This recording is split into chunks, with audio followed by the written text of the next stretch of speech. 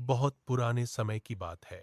भारत के पूर्वी भाग में स्थित ओडिशा राज्य अपने वैभव, कला और समुद्री व्यापार के लिए प्रसिद्ध था। वहां पूर्वी गंगा वंश के महान राजा नरासिम्हादेवा ई शासन करते थे। वे अत्यंत वीर, बुद्धिमान और धर्मपरायण थे। उनकी सेना शक्तिशाली थी और प्रजा उनसे बहुत प्रेम करती थी। राजा प्रतिदिन प्रातःकाल उगते हुए सूर्य को प्रणाम करते थे। उनका विश्वास था कि संसार का समस्त जीवन सूर्य की ऊर्जा से ही चलता है। एक दिन समुद्र किनारे खड़े होकर उन्होंने उगते सूर्य को देखा। लालिमा से भरा आकाश, समुद्र की चमकती लहरें और सूर्य की दिव्य किरणें देखकर उनके मन में एक महान विचार उत्पन्न हुआ। उन्होंने कहा, मैं सूर्य देव के सम्मान में ऐसा मंदिर बनवाऊंगा जिसे देखकर आने वाली पीढ़ियां हमारी कला और श्रद्धा को याद रखेंगी। राजा ने अपने मंत्रियों और शिल्पकारों को बुलाया। उन्होंने आदेश दिया कि समुद्र के निकट कोणार्क में एक अद्भुत मंदिर बनाया जाए। मंदिर का निर्माण आरंभ राज्य भर से श्रेष्ठ कारीगर बुलाए गए। उनमें सबसे प्रसिद्ध शिल्पी थे बिशु महाराणा। वे पत्थरों में जान डाल देने वाले कलाकार माने जाते थे। हजारों मजदूर, मूर्तिकार और इंजीनियर दिन रात काम करने लगे। बड़े बड़े पत्थर दूर पहाड़ों से लाए जाते। हाथियों और बैलगाड़ियों से उन्हें समुद्र तट तक पहुंचाया जाता। मंदिर की रचना अत्यंत अनोखी थी। इसे सूर्य देव के विशाल रथ के रूप में बनाया जा रहा था। 24 विशाल पत्थर के पहिए, 7 दौड़ते हुए घोड़े, ऊंचा शिखर, दीवारों पर सुंदर नक्काशी। हर पहिए में इतनी बारीकी थी कि उससे समय का अनुमान लगाया जा सकता था। कारीगर पत्थरों पर देवताओं, नर्तकों, पशुओं, सैनिकों और जीवन के विभिन्न दृश्यों को उकेरते थे। ऐसा लगता था मानो पत्थर बोल उठेंगे। कठिनाइयां, लेकिन मंदिर का निर्माण आसान नहीं था। समुद्र की तेज हवाएं कई बार निर्माण को नुकसान पहुंचा देती। कभी भारी वर्षा होती तो कभी पत्थर टूट जाते। कई मजदूर बीमार पड़ गए, फिर भी काम चलता रहा। वर्ष बीतते गए। 12 वर्षों की कठिन मेहनत के बाद मंदिर लगभग पूरा हो चुका था। लेकिन सबसे बड़ी समस्या बाकी थी, मंदिर के शिखर पर अंतिम पत्थर लगाना। वह पत्थर इतना भारी और जटिल था कि कोई भी उसे सही स्थान पर नहीं बैठा पा रहा था। यदि वह गलत बैठता तो पूरा ढांचा गिर सकता था। राजा चिंतित हो गए। उन्होंने घोषणा की, यदि नियत समय तक मंदिर पूरा नहीं हुआ तो सभी शिल्पकारों को कठोर दंड दिया जाएगा।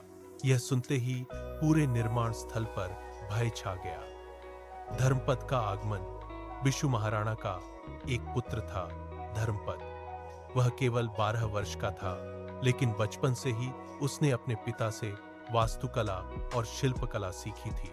वह अत्यंत बुद्धिमान और प्रतिभाशाली था। जब धर्मपद को पता चला कि उसके पिता और हजारों कारीगर संकट में हैं, तो उसने अकेले ही कोणार्क जाने का निश्चय किया। घने जंगलों, नदियों और कठिन रास्तों को पार करके वह रात के समय निर्माण स्थल पहुंचा। वहां उसने देखा सभी कारीगर उदास बैठे थे। किसी के चेहरे पर आशा नहीं थी। धर्मपद ने मंदिर को ध्यानपूर्वक देखा। उसने शिखर की संरचना समझी और कुछ देर सोचने के बाद बोला, समस्या पत्थर में नहीं, उसके संतुलन में है। पहले तो किसी ने उसकी बात पर विश्वास नहीं किया, लेकिन जब उसने विस्तार से समझाया तो सभी आश्चर्यचकित रह गए। अंतिम रात। उस रात समुद्र की लहरें तेज थीं। आकाश में बादल छाए हुए थे। मशालों की रोशनी में धर्मपद शिखर पर चढ़ा। सभी की सांसें थम गईं। धीरे धीरे उसने अंतिम पत्थर को सही दिशा में स्थापित किया। कुछ क्षणों तक पूरा ढांचा हिलता रहा। फिर अचानक मंदिर स्थिर हो गया। मंदिर पूर्ण हो चुका था। सभी कारीगर खुशी से झूम उठे। उन्होंने धर्मपद को गले लगा लिया। लोगों की आंखों में आंसू थे। धर्मपद का बलिदान। लेकिन धर्मपद जानता था कि यदि राजा को पता चला कि एक छोटे बालक ने वह काम कर दिया जो हजारों कारीगर नहीं कर पाए, तो राजा क्रोधित होकर कारीगरों का अपमान कर सकता है। वह अपने पिता और सभी शिल्पकारों की प्रतिष्ठा बचाना चाहता था। रात के अंधेरे में वह चुपचाप समुद्र किनारे गया। उसने आखिरी बार मंदिर की ओर देखा। चांदनी में मंदिर स्वर्ण जैसा चमक रहा था। धर्मपद मुस्कुराया और बोला, यह मंदिर अब सदियों तक सूर्य देव की महिमा गाएगा। इतना कहकर वह समुद्र की ऊंची चट्टान से कूद गया। अगली सुबह जब लोगों को यह पता चला तो पूरा राज्य शोक में डूब गया। बिशु महाराणा अपने पुत्र के बलिदान पर रो पड़े।